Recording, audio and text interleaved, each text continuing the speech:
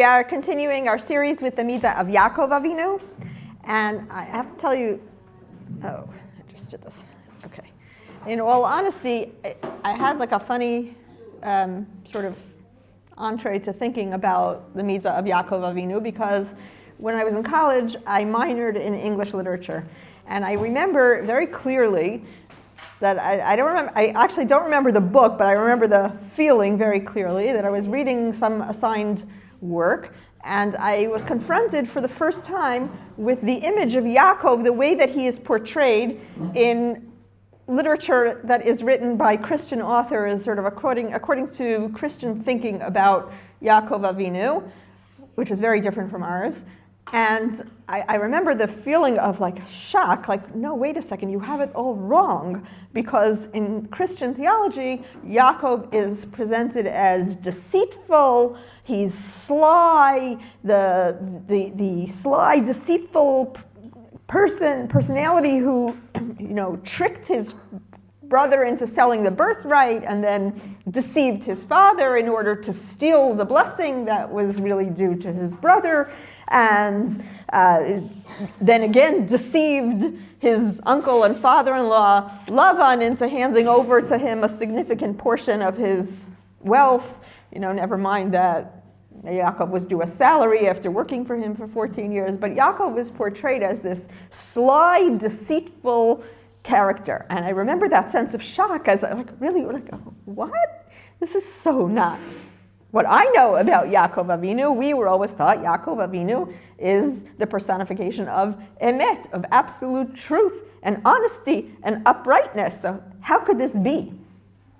So that started me on a journey of thinking about sort of Yaakov and who he is really and how it is that Chazal present him so differently from the way that people seem to have misunderstood him just from reading the text without any explanation.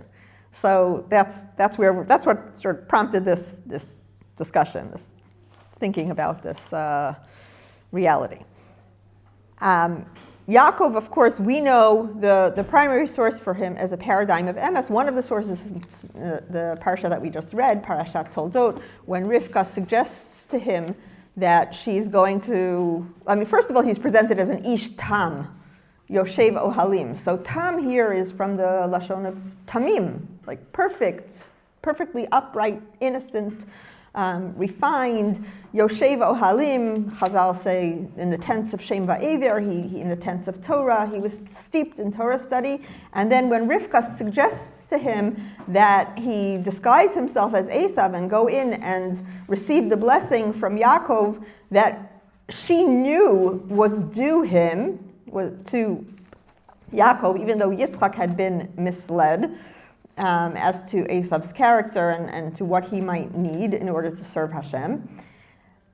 Rivka says, she tells him, go out, I'm going to prepare food for you, and we'll put the goat skins on your hands. And Yaakov is reluctant, and he says, Hein Esav achi ish sa'ir, va'anochi ish chalak. Esav is hairy, and I'm smooth. Ulai yemusheni avi, my father might feel me, and he'll realize that I'm not Esav. V'hayiti be'enav kimitateya. And I will be in his eyes as if I were deceitful. So the Rashi comments there on kim mita'ateya. It will be as if I am deceitfully misleading him, as if, not really, because you and I both know that I'm not doing something wrong, that really this bracha is rightfully mine. However, in his eyes, it might appear deceitful. So this is one of the sources that we always learn, that Yaakov was so careful about the midah of truth, about sticking to absolute honesty, that he was reluctant to even give the appearance, and it's only be'enav, in Yitzchak's eyes. No one else is going to think ill of him. It's really only a question of will he be considered deceitful in the eyes of Yitzchak until it will be cleared up. So it's a very temporary thing. And veheveti alai klala v'lo bracha, and that will undermine the bracha. And Rivka says to him, alai kilatcha b'ni, I'll take responsibility for any consequences. Ach shma b'koli v'lech kachli, and she says, you just listen to me. which basically turns it into a matter of kibbud aim, like it's a question, do as I tell you, and ask no questions because you have an obligation to listen to me. And then in that, within that framework, he then accepted her plan and acted accordingly. So, how does this midah of emet fit with Yaakov Avinu, and what really is truth? So, in order to really understand this, we're going to look at two fundamental approaches, going all the way back to the creation of the world. And the first source that I brought is the Rambam in Moreh Nevuchim. The Rambam says that he was asked a question by a very scholarly man, a peer apparently, a fellow scholar, a wise man, and he says as follows, Amar HaMakshe, this is what the questioner said to me, Yeira'eh mipshuto shel katuv, ki hakavana harishona ba'adam, she'yeh kish'ar ba'alei chayim. He says, it appears to me, from a superficial reading, if you just read the text, it seems like the initial intention was that man be created, just like all other creations, without intellect and without the ability to think intelligently. And he wouldn't be able to distinguish between that which is good and that which is bad, because Hashem told him, don't eat from the Eitz Hadat Tov Vara. Right? We generally just say, the Eitz Hadat, but it's very specific. It's Eitz Hadat Tov Vara. There's something about this tree that's going to impart knowledge, that's going to allow you to distinguish between Tov and Ra, good and evil. So it seems man was created without this knowledge. V'cha'asher himra, and when he sinned, when he rebelled against Hashem, hevilo merio ze hashlemut hagadol hamiyuchad ba'adam. He benefited from his sin, because that's what brought him the thing that distinguishes man from the animals, intellect. He gained intellect from sinning.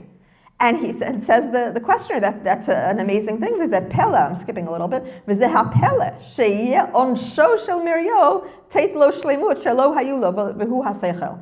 That in consequence, as punishment for his rebelliousness, he was given this elevated quality that set him apart from the animals.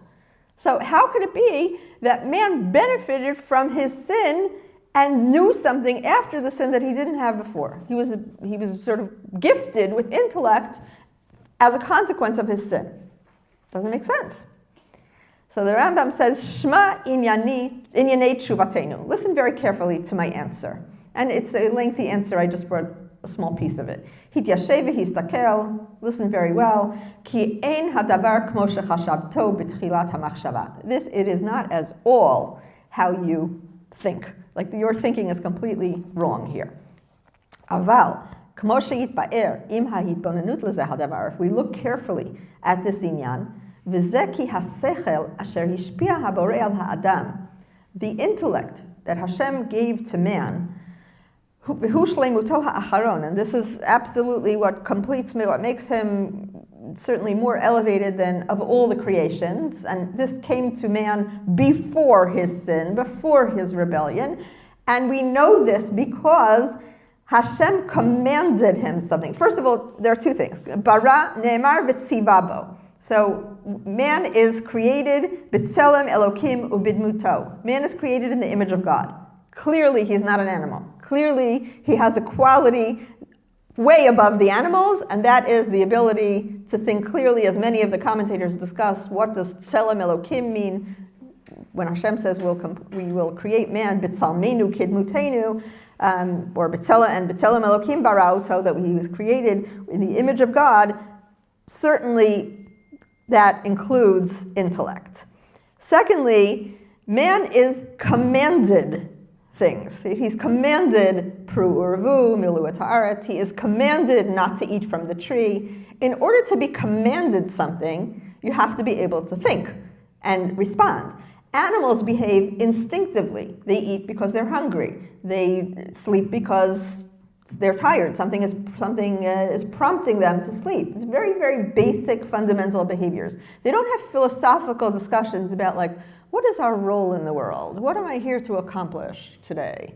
And it's not, that's something that's clear from the beginning. And the fact that Adam Harishon could be told, do this, don't do that, that's already a choice. And to be able to make that choice, he had to have already had intellect. So what changed? What is this Eitz Hadat TORAH? And I really just brought the introduction to this whole piece that the Rambam then gets into at greater length. But ubesechel, the last line, it's sort of second to last line, the end of the second to last line. Ubesechel yavdil ha'adam ben ha'emet ve'asheker. V'zeh haya nimtza bo al shleimuto v'tamuto. That was before the chet. Before the chet, the choice was very clear, choosing between what's true and what's false. And everything that was true appeared good, and everything that was false appeared bad. So I usually use the example of like the old black and white Western movies. How did you know who the good guys were and who the bad guys were? The good guys were white and the bad guys were black. And it was very clear in those days. The world in general was clearer in the days when there were black and white movies before everything became colorized, and then the good guys became the bad guys. And I think that the movie that changed all that was Ocean's 11, where you were like rooting for the bad guys, right? I mean, okay, you're choosing between one set of criminals and another, but you're like really rooting for the bad guys to win. Might have been one of the last movies I saw also, so it could be that impacted the way I think. But these are the world has changed, and that's the kind of shift that occurred when Adam ate from the Eitz Hadat, that what's good no longer appeared good, and what's bad no longer appeared necessarily bad. Bad could be disguised as a very good tasting fruit, a very attractive looking, good tasting fruit. And yet it was wrong. So that kind of moral choice between good and evil, ladat tov vara, as opposed to lavchin ben emet vasheker, is what changed in the world. And Yaakov's midah is sort of going back to the pre-chet world in Gan Eden, where he lived in a world of truth, of absolute clarity. This is true, this is right, and then knowing what was anything that wasn't true was evil or false.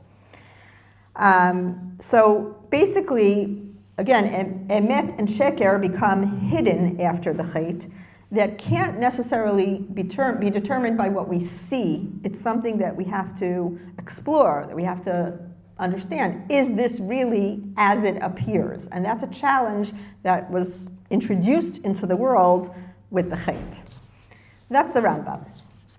The second idea that relates to this is the Midrash. It's even earlier. The Midrash in Breshit Rabbah, very famous Midrash, source number 2. Amar Rabbi Simon, בשעה שבה הקדוש ברוך הוא לברות את אדם הראשון, נעשו מלאכי השרת כיתים כיתים, וחבורות חבורות. When Hashem decided to create man, and he consulted with the angels, right? That's the Naaseh Adam. That's Hashem. Even though he made man himself, he consulted with the angels. What do you think?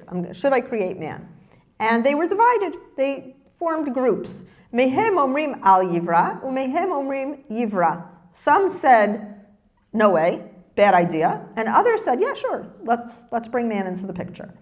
Hadahu dichtiv, and where do we find the source for this idea that they were divided? In a pasuk in Tehillim. Chesed ve'emet nifgeshu, tzedek ve'shalom nishku. That's the pasuk in Tehillim. Chesed and emet argued. Nifgeshu here is like they met in a debate.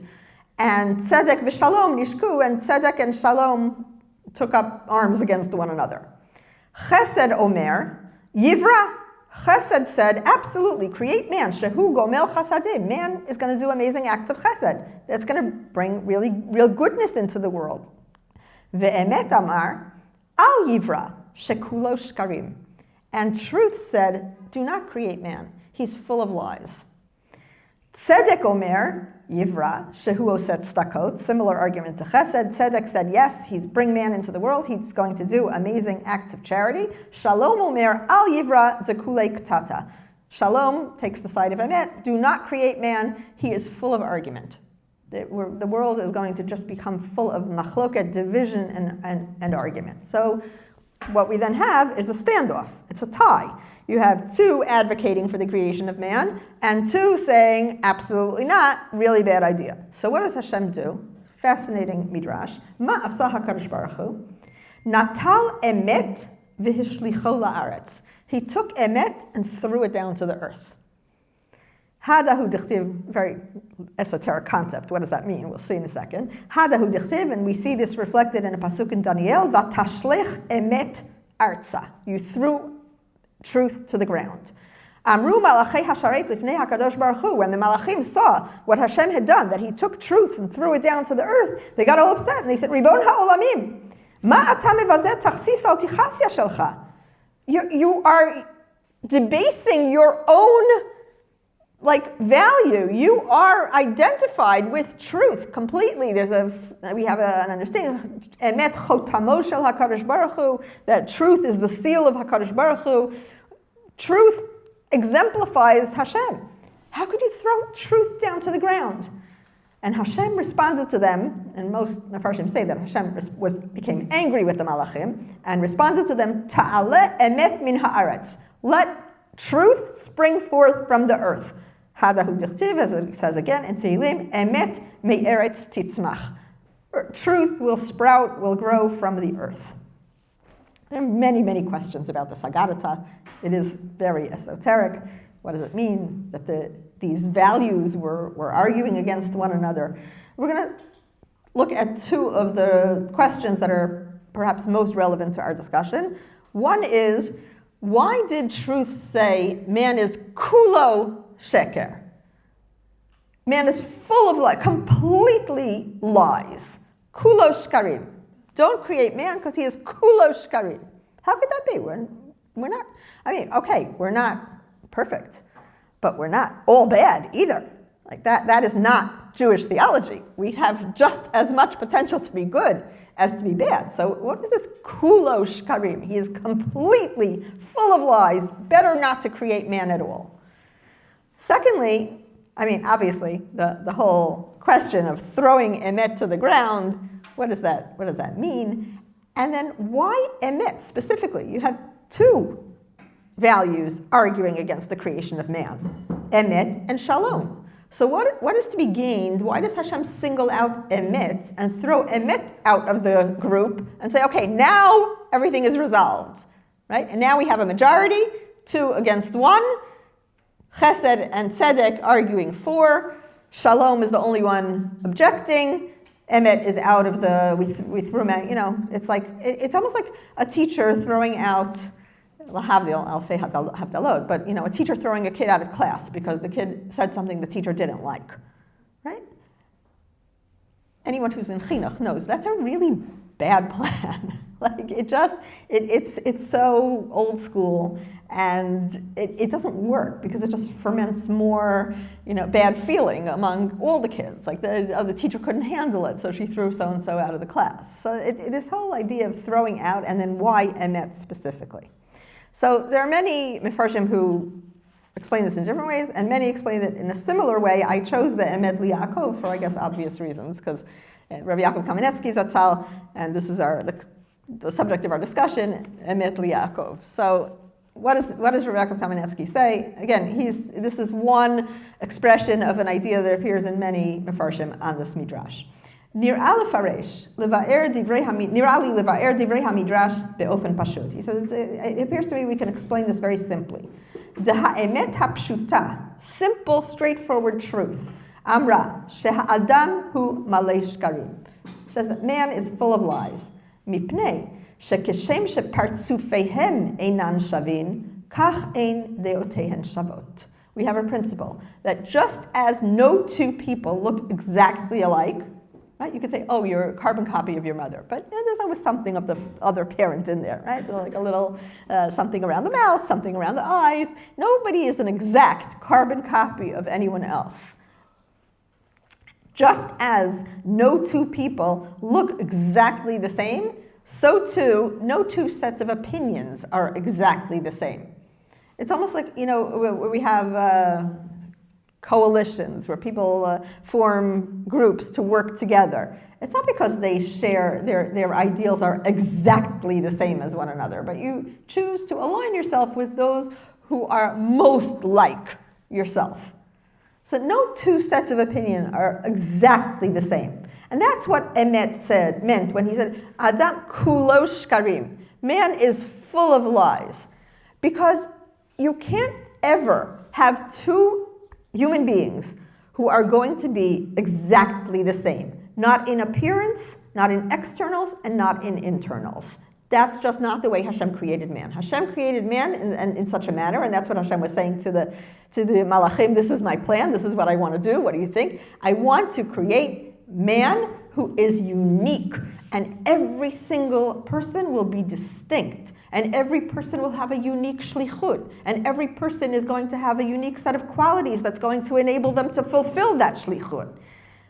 And Emet is saying, but that stands counter to the principle of truth. What is truth? Truth means there's one clear, right way to be.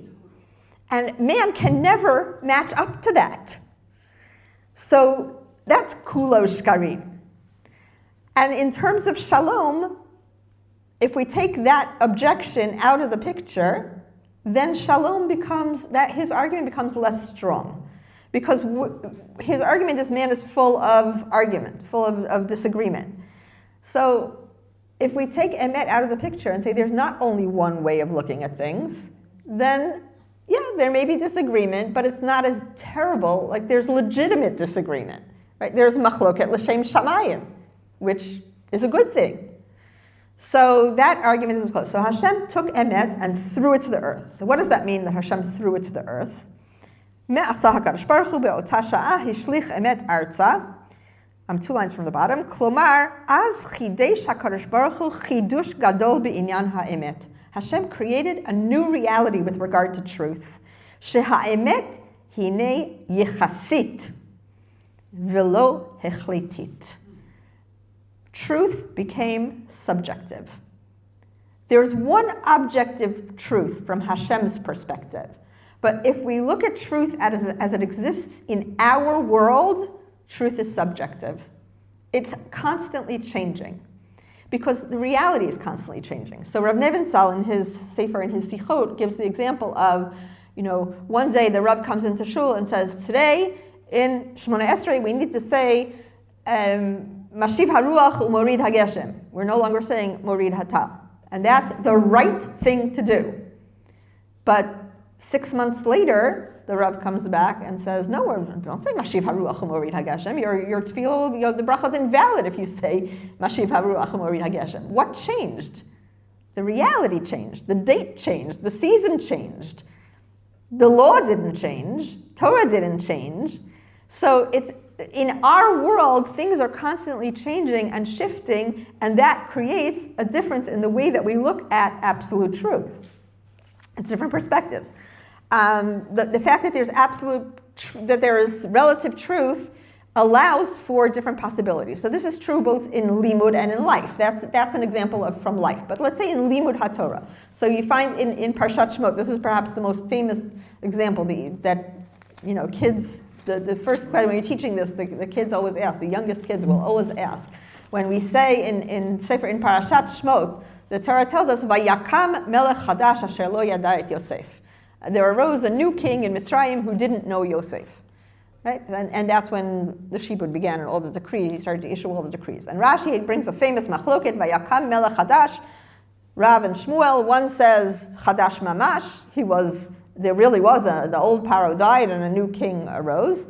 And the other says, no, it wasn't a new king at all, but Emid Panim, right? He acted as if he were new and didn't know anything about who Yosef was and how he functioned. Absolute truth, it's got to be one or the other, right? Absolute truth, it happened one way or the other. Either there was a new king or there wasn't a new king.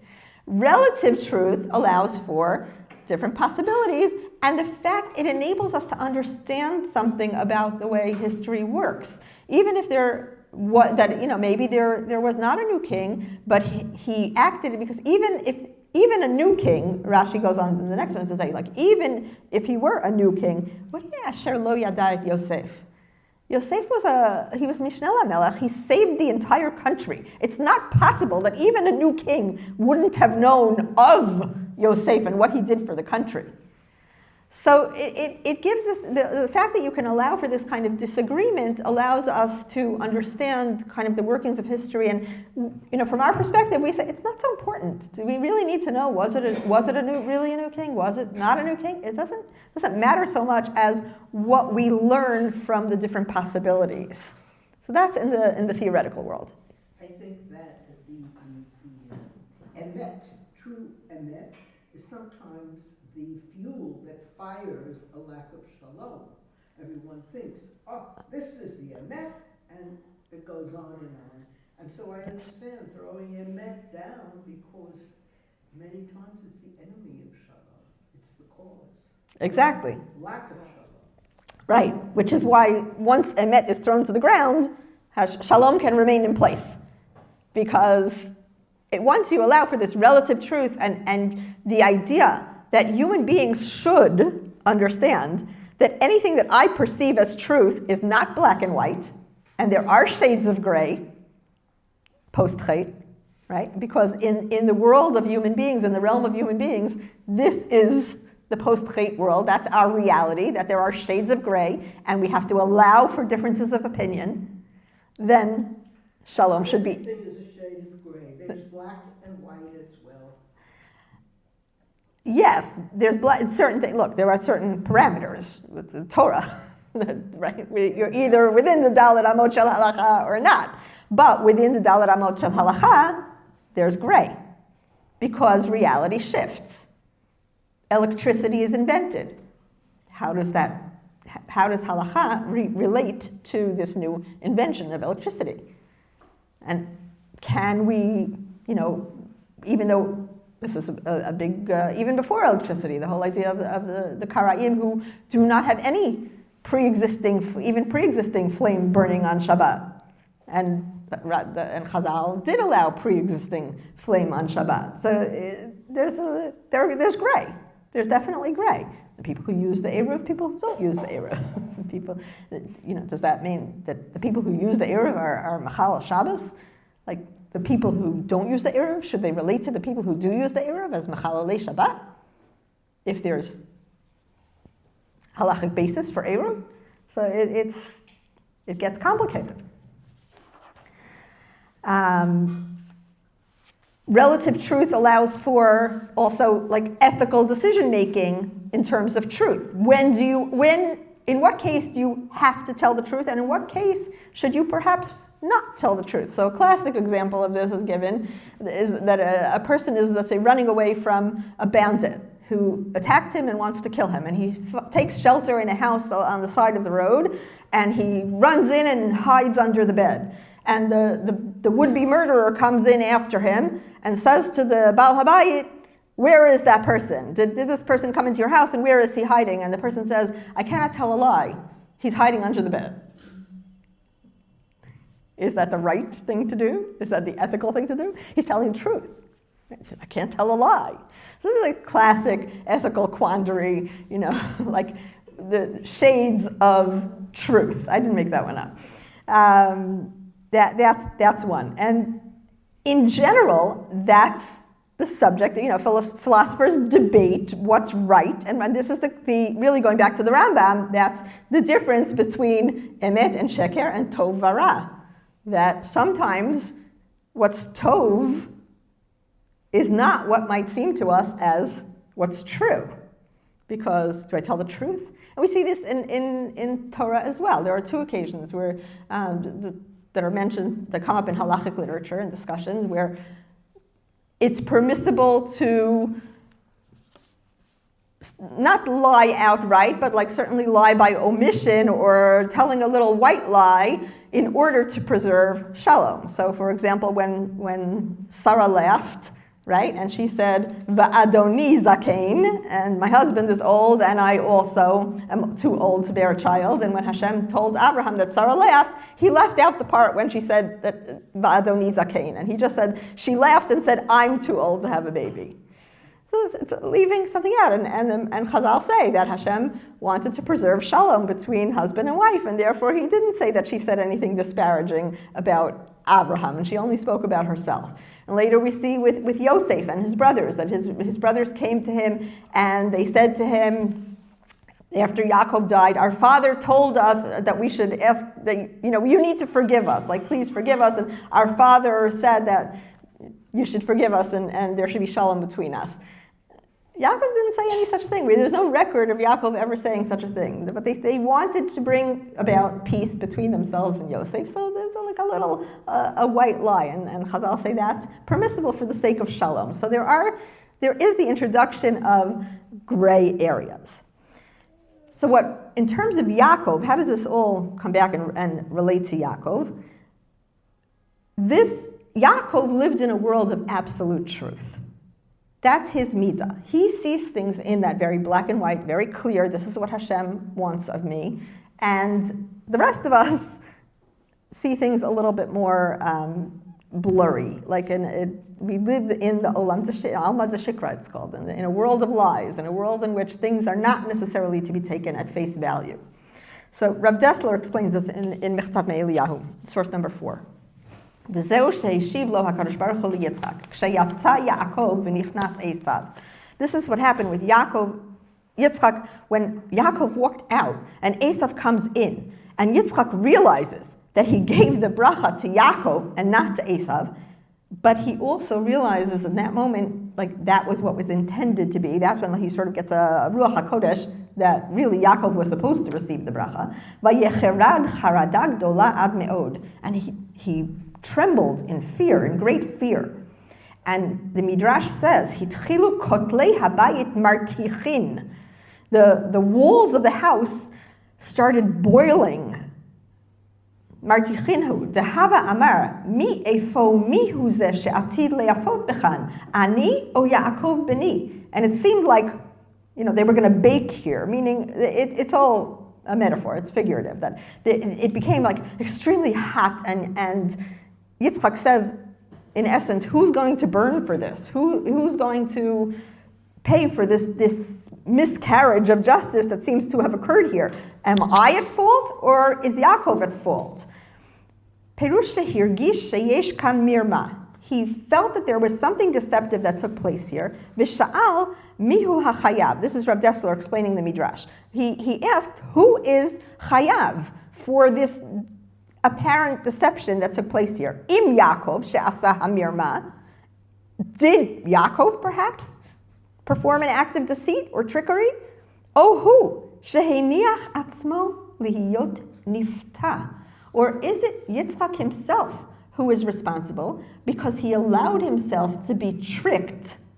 And what does that mean, he allowed himself to be tricked? Says Rav Dessler, Amar le, Shagam hu lo haya anus, that really he had not been forced into this deception. Shekvar matzari uta, hakol kol Yaakov, ela shelibo bachar liot nifta.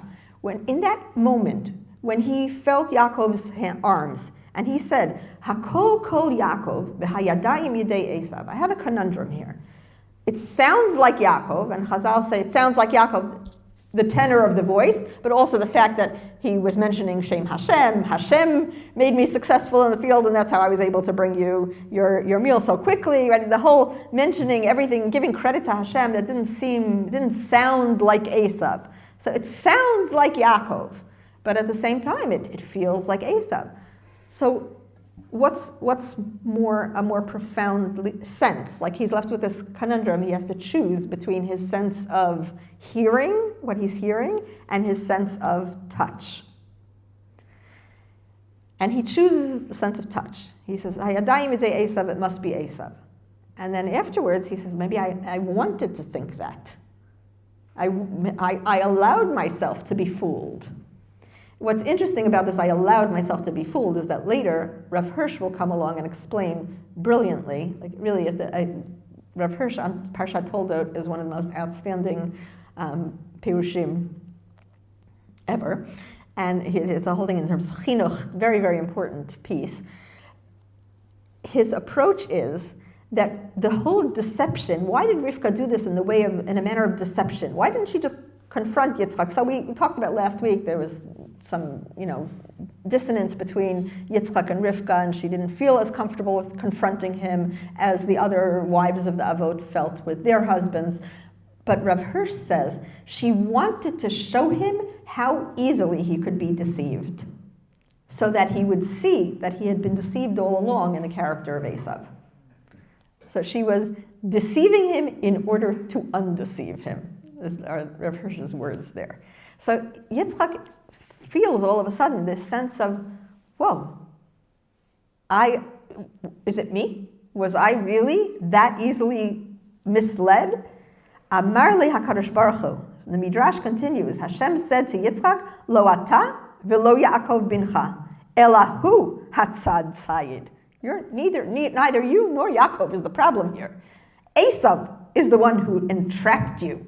Esav is the one who is kitzayid befiv. He's the one with hunting in his mouth, entrapment in his mouth. Everything he says is a trap. All of his, do we have to give maser on salt? It's false piety. Yes, he was the one who was misleading you all along. Lo atem heim hashakranim, Reb Dessler explains. They're not the liars. Ki ben shnechem hechzartem hadavar la'amito. Between you and Yaakov, what just happened? You were giving him the bracha. You restored things to the way they're supposed to be, to absolute truth. Kmo shehaya ra'ui lihiyot. Rak Esav hatzayid befiv hu shegaram hamatzav hamirumeh shenistalek achshav al yedechem v'hu sheyeyanesh. Esav is the tricky one. He's been trying all along to take something that doesn't rightfully belong to him. Aval gila kan mishpat shamayim, continues Rav Dessler, and he says, really, Hashem revealed to us here, mahu emet u'mahu sheker.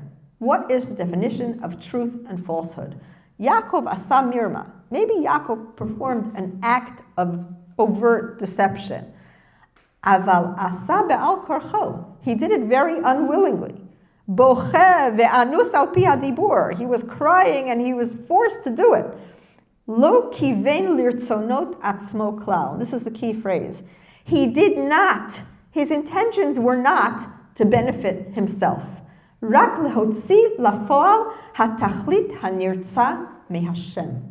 What convinced him to go through with this whole subterfuge is because he knew he was going to achieve the outcome desired by Hashem. And that's Yaakov, the Ish Tam Yoshev Ohalim. His yardstick was always Torah. What is the desired outcome according to Torah? What does Hashem want? V'sheker l'shem emet kazeh hu emet. Says Rav Dessler, lies of that nature that lead to ultimate truth are truth. It retroactively. Esav hamyased shitat hatzvuim mitkayemet ad hayom. Esav is still around today, and this idea of the colorizing, the painting things with different colors than they appear to be. Rav Hirsch compares Esav to politicians of today. He says this is diplomacy, where you color things in ways that make them sound more appealing, but really are very underhanded. Hu shechidesh haminhag she'efshar la'asot kol averot sheba'olam. Esav is the one who initiated this behavior where you could do every reprehensible act in the world. V'liyot im ze ish nichbad sheme'olam lo eira lo skandal. A gentleman hazeh hu kulo sheker. You could be a perfect gentleman, no trace of scandal, and yet be committing every sin in the book. Right? We don't have to name names, but if you think of certainly political figures, this is rampant, where you have political figures who present themselves as they are handsome and put together, and what they're doing behind the scenes, you don't want to know. It's that's Esav. That's the midah of Esav. Also, look at the Nazis, Yamach Shemam v'Zichram. Perfect gentlemen. At home, They were the ideal husbands, right? The perfect home. There are so many stories of how when they went home, they were such good husbands and fathers, and yet committed the most heinous acts of cruelty, things that man couldn't have imagined before that. How can you be that? How can you live with that kind of contradiction? Shouldn't that be like you? How do they sleep at night? Because that's Esav. That's the midah of Esav. Is you can be one thing and present yourself as another and live comfortably with that. That's the midah of Esav. Yaakov is truth. Yaakov is, there's no scandal and you're a gentleman because that's who you really are.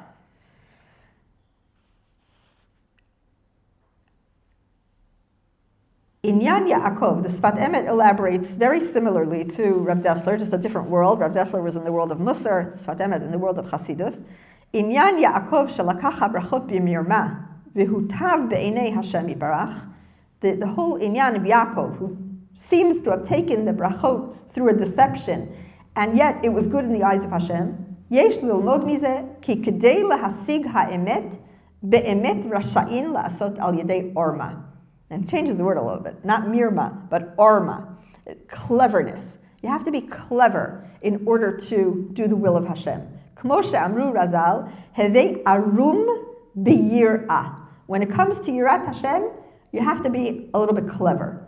So what does that mean? What's the discussion in Chazal there is a little bit like examples that are given are, you have to come up with clever ways of fulfilling Ritzon Hashem. If Ritzon Hashem is that we say a certain amount of brachot in a day, right? 100 brachot a day. What happens on a fast day?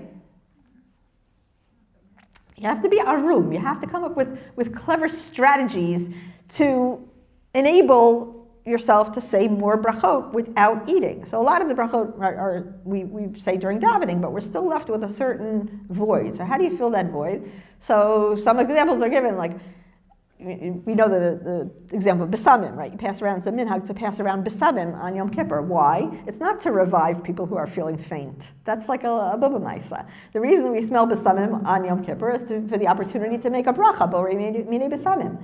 But there are others who go further and say, like, when you go to the bathroom and you know you have to say Asher Yatzari afterwards. So walk home to go to the bathroom instead of going in shul. And on your way home, make sure you pass by a fragrant area and you have an opportunity to say Borei Yisvei B'samim on your way. So you create opportunities to do Ritzon Hashem with cleverness. With like, that's be a little sly. That's what Chazal meant when they say Hevei Arum B'yira.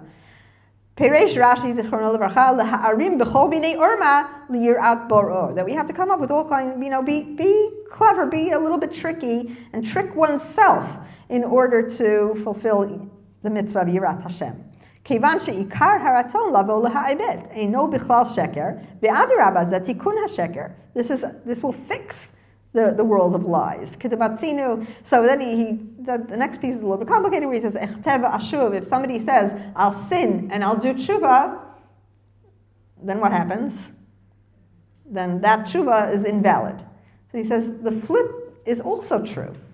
If that can be true, that you invalidate tshuva because your intention from the beginning was to sin, then if your intention is to do something good and it comes through doing something less good, that invalidates, then the same principle applies, and it invalidates the bad in order to achieve the good. Obviously, this is something that has to be, this is a very, very deep sugya, and it has to be handled very, very carefully. It's not a blanket permission to behave immorally. But the point that he arrives at is V'al yedei nekudat amitit shebelev adam yuchal la'amod neged chavilot shel sheker. If man's primary driving force is emet, is this desire to do things because that's what Hashem wants, then that can obviate a lot of falseness, a lot of sheker. Ki sheker ein lo raglayim. This is a famous quote. Sheker ein lo raglayim. Sheker, the word sheker, does not have legs upon which it can stand firmly. The letters of the word sheker, shin, kuf, and resh, all have one point, so they wobble, they stand. You can't stand firmly on one leg. Whereas emet, the letters aleph, mem, taf, all have firm legs on the ground. So emet stands firmly, and sheker is always going to wobble. It's always going to, you're never going to, somebody starts a little, my kids used to have a book when they were little. Ellie's Little White Lie, something like that. The Little White Lie, and the Little White Lie started out as like a little cute little thing, like fluff ball, like a little ball of cotton, and it grows and it grows and it grows because one lie leads to another, because you have to cover up the first lie, so you tell another lie and another lie and another, and all of a sudden it becomes this monster that you can no longer easily just flick off your shoulder. That's the olam of sheker. Sheker ein lo raglayim. You're always going to have to cover up. It wobbles you. It leads you into more and more and more trouble. Emet is firm foundation. You'll stand strongly and you won't have to introduce new problems. And Yaakov's midah of emet is inextricably linked with Torah. As the lady was saying before, that there is a clear line. There is, at some point, black and white. And we had seen earlier in the beginning of our discussion of the Middot of the Avot, the Maharal on Pirkei Avot, where he says, Al shlosha dvarim ha'olam omed, al haTorah v'al ha'avodah v'al gmilut chasadim. Gmilut chasadim is the midah of Abraham, avodah is the midah of Yitzchak, and Torah is the midah of Yaakov. And Torah is always emet. So the Maharal continues in that same piece. Yaakov hayalo midat haTorah. Yaakov has the midah of Torah in source number 6. As it says, Yaakov ish tam yoshev ohalim, kmo she'rimzu chachamenu zichronam livracha b'midrash im lavan garti, v'taryag mitzvot shamarti. Yaakov is always close to Torah. Va'echar adata, af al pichein taryag mitzvot shamarti. Right? Even all this time that I spent with Lavan, I kept all the mitzvot of the Torah. Harei lecha ki Yaakov hayalo midat haTorah. Va'al yakshelecha. Harei Abraham haya shomer haTorah. Certainly don't be bothered by that. We have a tradition that Abraham kept all the mitzvot of the Torah. So he goes on to say that that's true. Abraham kept the Torah b'ma'aseh. That on a practical level, applied halacha, Abraham kept all the mitzvot. But limud haTorah, that was the realm of Yaakov. Yaakov was yoshev ohalim, shezeh ne'emar al halomed ba. He was infused with Torah. Everything that he thought, not just did, was infused with Torah. And that's why he says at the end, we see in Micha, Torah was given to Israel because of Yaakov, in the schut of Yaakov. Titein emet li Yaakov. Torat emet, hayta befihu, the last line, the Torah of absolute truth was in Yaakov's mouth. Harei ki li Yaakov nitna haTorah bifrat ki hi Torat emet. Torah, which reflects emet, was given specifically to Yaakov because Yaakov he lived in that realm of emet. How today can we like live in that world? We live in the olam of sheker. So Reb Nebenzahl, again in his sichot, gives the example of his teacher, Rav Chaskel Levenstein, who he said whenever he was asked the time, somebody asked him what time it is. So he would say, it's 11:12 be'erech. Right, so and even if you would go on, it's like it's 11. If he had a real digital, which I don't think they even had at that point, digital clocks, like it's 11:12 and so many seconds, quarts, right? And be'erech.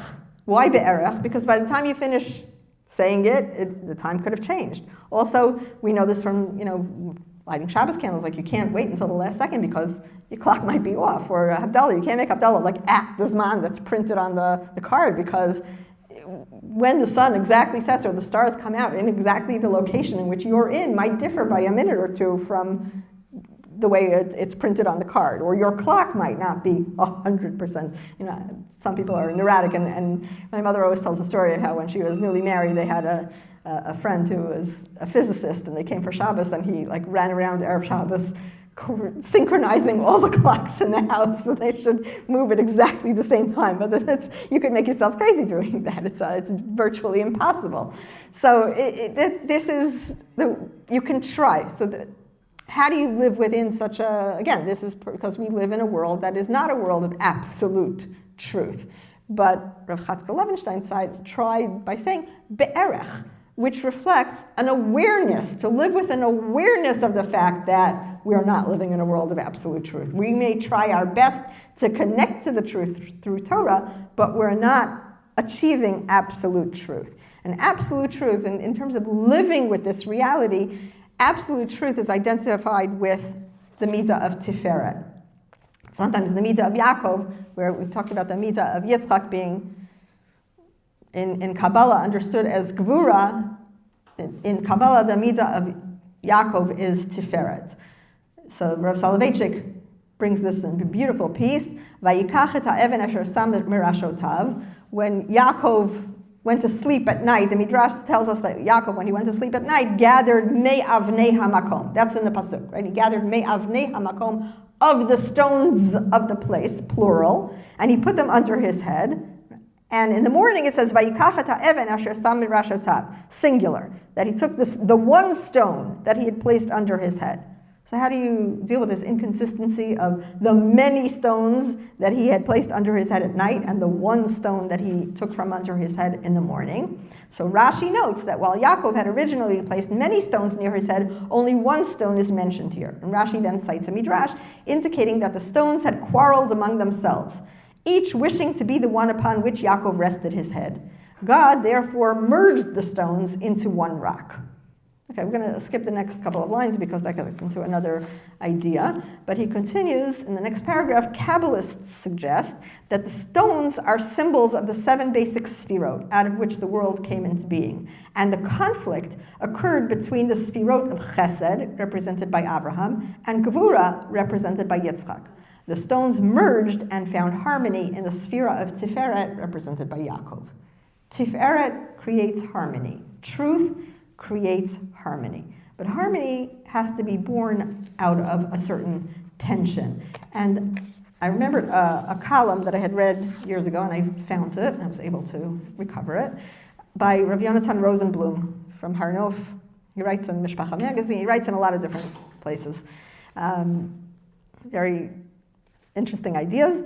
And he wrote about this living with complexity, that Yaakov represents the highest level of perfection. Abraham produced Yishmael, Yitzchak produced an Esav, but Yaakov's progeny became the 12 tribes. Each of them entered into Klal Yisrael, and Abraham's defining midah was chesed, Yitzchak's was gvura, and Yaakov's characteristic of emet can be viewed as a synthesis of the two. So okay, we all know that.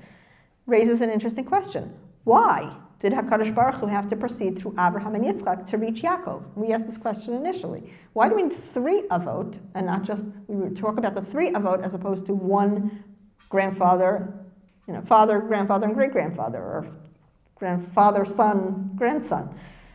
3 Avot individually. So why did Hashem set it up that way? Why could he not have just started with the embodiment of Emet in Yaakov?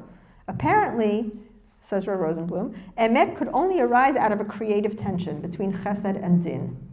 That tension was a necessary condition for reaching the ultimate perfection. He gives an example. He says, my friend Rav Aaron Lopiansky first articulated this insight while counseling a young Baal Tshuva who was torn between his desire to deepen his own Gemara learning and his sense of obligation to share what he had already learned with the great majority of Jews who have never tasted Torah in their lives. And this is a conundrum that many, not just Bali Tshuva, but many B'nai Yeshiva face. Like, at what point do I leave the Beis Medrash and go out and start teaching what I know? It's when do I feel that I know enough that I can do something different, that I can go out and teach? So Rav Lopiansky answered to him, the most important thing, Rav Lopiansky told him, was to continue to live with the tension, rather than to try to deny the validity of either goal. And this is when we try to define everything as right and wrong, and what's the right thing to do, what's the wrong thing to do, and there's a black, and we look at it as black and white, we are shortchanging ourselves. We have to live with tension. Sometimes the important thing is to live with the question. I actually just had this experience. I don't really remember. I don't know if I told this to you already. I was at a wedding recently, and a former student of mine came up, and she said, she's Kanai Nahara, has a family of her own already, so this is quite a number of years ago. And she said, I remember many years ago in class, like you were talking about something, you were very passionate about making Aliyah and moving to Eretz Yisrael. So, and somebody said, so what are you still doing here? So why are you still here? And I said, apparently, she told me that she remembered my answer was, I ask myself that question every day. And that's this idea of like, I lived with that tension for a long time. And I had to have an answer, and as long as I can have an answer, okay. But if I can't answer the question, and why am I with a valid answer, not because whatever. But there are reasons, and sometimes we have to live with tension. We have to acknowledge that we're living with tension, and that tension ultimately will hopefully lead to harmony, as long as we keep reevaluating. Right? If we just shove it aside, the important thing, he goes on to say, is not to suppress one side of the argument, but to take what is of value from both sides of the argument and create harmony. Another example that he gives later in the article is Chasidus and Chasidim and Nagdim. Right? When in the beginning of Chasidus, there was a lot of opposition to the ideas that Chasidus was teaching, with, on some halachic grounds, and there were reasons on both sides. But the opposition was very, very strong. There was a strong, real animosity on both sides. And today, there's a lot more harmony. I mean, there are still differences that exist, but there's a lot more harmony. And you have many yeshivot, many mainstream Litvish yeshivot that teach Hasidic texts. And Hasidic yeshivot, my son is a Rosh Yeshiva, he's a Rosh Kollel in a Hasidic Kollel. He's the only Litvak. Actually, sorry, there's one other. But he has the sons of Admorim in his Kollel. And why do they come to his Kollel? Because he's teaching Litvish methodology to Hasidim. And they feel like he's opening this whole new world to them. And they value it tremendously. And he has haskamot from big Admorim that this is an approved method of study for their most elite avrechim. It's a little bit, it's an elite kollel. They have to take tests. It's a serious place. But even the whole idea that they have to take tests, that's not Hasidish. And he's taking them from the Gemara all the way through halachic literature up to contemporary poskim. And what's the psak halacha? And he's teaching them a very Litvish methodology in a very Hasidish yeshiva. Like you see the Avrechim that come out of the kollel, they walk out of the kollel, they're all Hasidish. So it's the world has changed, we've lived because of the tension. We're able to create a new harmony that enriches our experience of serving Hashem, and that's really what we're going for. And that's the value of Yaakov, is to look at things in terms of how does this contribute to my service of Hashem, and can I harmonize? Can I bring about some kind of synthesis between opposing ideas and find a path of emet, of truth, that leads me to better service of Hashem. And this is the last source. You have speaking of Chasidus, the Netivot Shalom, the Slonim Rav, Lefisha Yaakov hu chesed ugvura v'nichlal b'tiferet. Yaakov is chesed and gvura together, harmonized in the midah of tiferet. Al kein hu bechir ha'avot. That's why he is the choice of the Avot. Shehisig shleimut hamidah shel kadesh atzmecha b'mutar. Yaakov achieved the level of sanctifying oneself in performing those things that are permitted to us. He's not taking something that's black and making it white. But kadesh atzmecha b'mutar. Do things in the best way possible. And he goes on to say, because if you only serve Hashem with ahava, there are going to be challenges that you will encounter that you won't be able to surmount. And the same thing is true if you only approach the world with yira, with din, with gvura. There are going to be challenges that you'll face that we can't surmount. The only way we can possibly surmount all the challenges that we'll face in our lives is through some kind of synthesis of ahava and yira, of gvura and chesed, that we are going to take both of those two. Yes, do chesed, but know the limits of that chesed. Yes, be loving and kind, but you can't be loving and kind to the extent that you cross the line of halacha. That's a black and white line. So be giving, but know the limits of that of giving.